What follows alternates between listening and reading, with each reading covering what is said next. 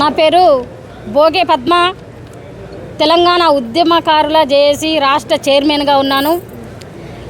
గత 6 సంవత్సరాలుగా కరీంనగర్ జిల్లాలో కానీ ఈ తెలంగాణ రాష్ట్రంలో కానీ తెలంగాణ ఉద్యమకారుల జేఏసీ సంఘాన్ని రిజిస్ట్రేషన్ చేసి తెలంగాణ ఉద్యమకారుల హక్కుల కోసము అల్పేరుగాని పోరాటం చేస్తూ ఉన్నాము మా సంఘం ద్వారా.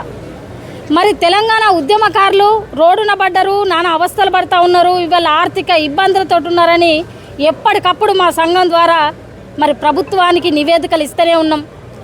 ఇవాళ మేము చేసిన పోరాటానికే ఇవాళ గుర్తింపు కమిటీ, తెలంగాణ ఉద్యమకారుల గుర్తింపు కమిటీ వేసి ఇవాళ ఉద్యమకారులకు న్యాయం చేస్తానంటూ రేవంత్ రెడ్డి ప్రభుత్వం ముందుకు వచ్చినందుకు కూడా వారికి కూడా ధన్యవాదాలు తెలుపుతూ, మరి తెలంగాణ ఉద్యమకారుల హక్కుల కోసం అల్పేరుగాని పోరాటం చేసిన మా సంఘం సభ్యులు ఇవాళ మేము కూసుందామంటే మాకు జానడి జాగలేక, ఇవాళ మాకంటూ ఒక స్థలం లేక మేము ఇబ్బందులు పడుతూ ఉన్నాం.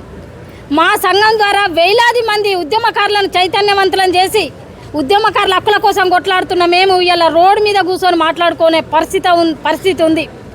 మరి ఎవరికి చెప్పుకోవాలి తెలంగాణ ఉద్యమకారుల బాధలు?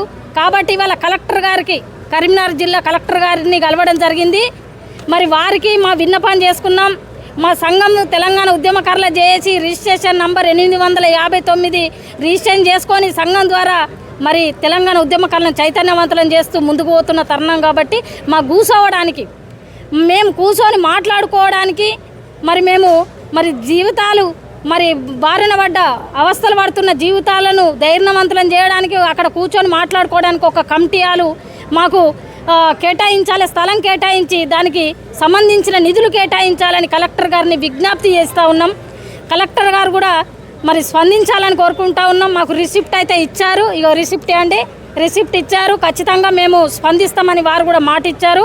ఖచ్చితంగా మాకు వాళ్ళు సాయం చేయాలని, ఉద్యమకారులను వాళ్ళు పట్టించుకుంటే బాగుంటుంది, మేము ఇలా రోడ్డున పడ్డాం కాబట్టి మమ్మల్ని ఆదుకోవాలని తెలియజేస్తూ, నా పేరు భోగే పద్మ, తెలంగాణ ఉద్యమకారుల జేఏసీ రాష్ట్ర చైర్మన్. జై తెలంగాణ.